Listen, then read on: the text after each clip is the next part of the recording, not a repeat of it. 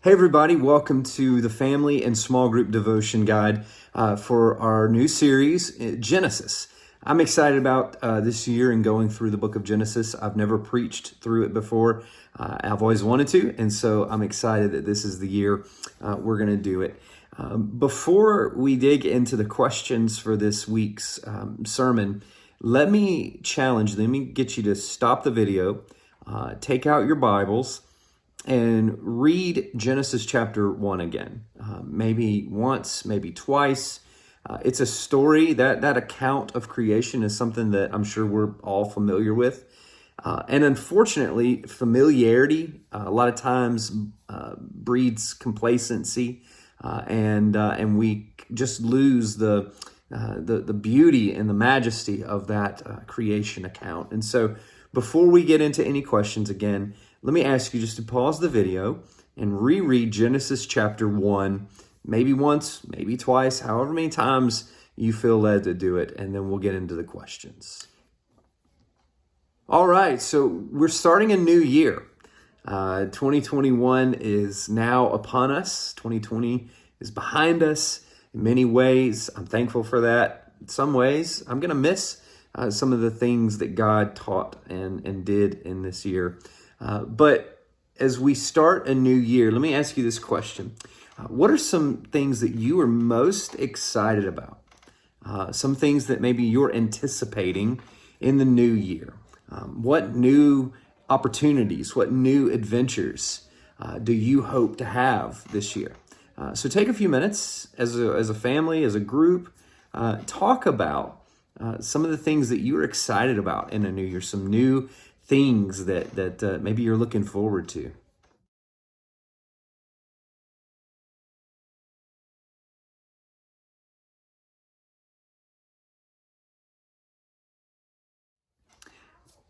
All right, so as we're excited about the new year, we are also looking back at 2020. And for a lot of people, it was a challenging year.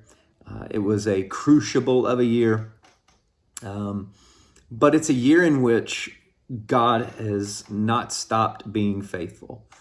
And so as there in your family, your group, I want you to take a few minutes and pause the video and talk about God's faithfulness last year. Maybe share some stories or share some memories and remembrances of God's faithfulness. Remember, God would have his people set up stone pillars in the wilderness for them to be able to go back and tell the story of his faithfulness to future generations. And so let's not waste this last year. I want you to talk about, again, pause the video for just a minute. Talk about some of the things that you know that God has in situations, maybe in your family, where God has just proven his faithfulness to you this past year.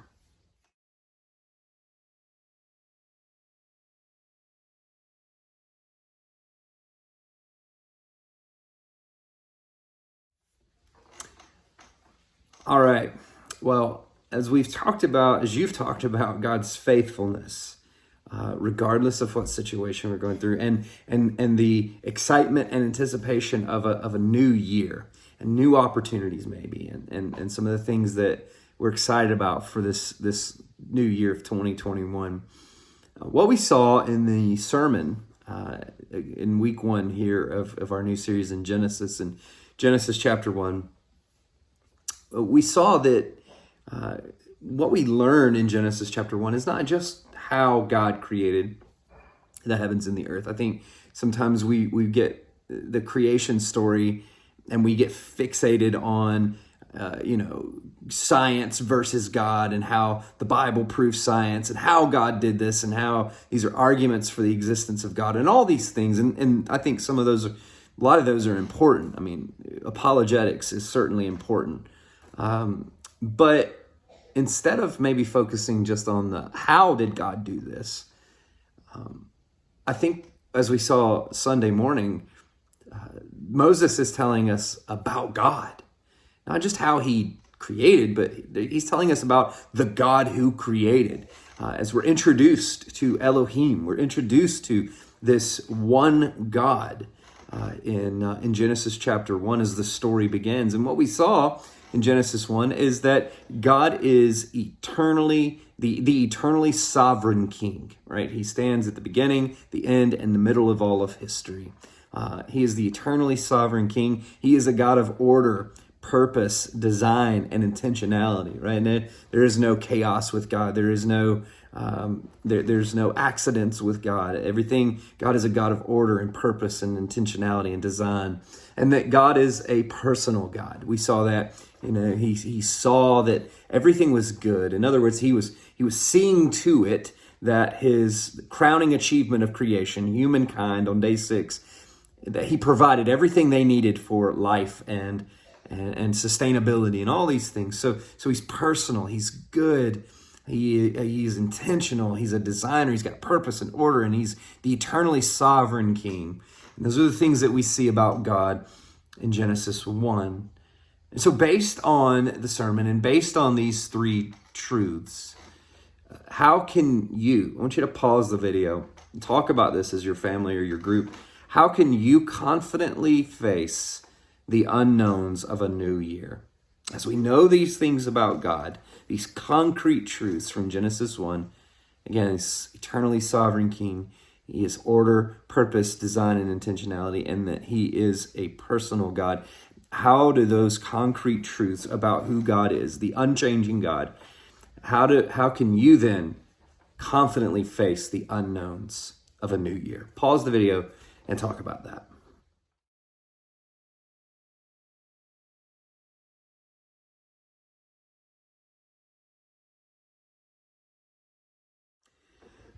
All right, so in the accompanying PDF, family devotion guide document that you received in your email, we're going to make available here online as well.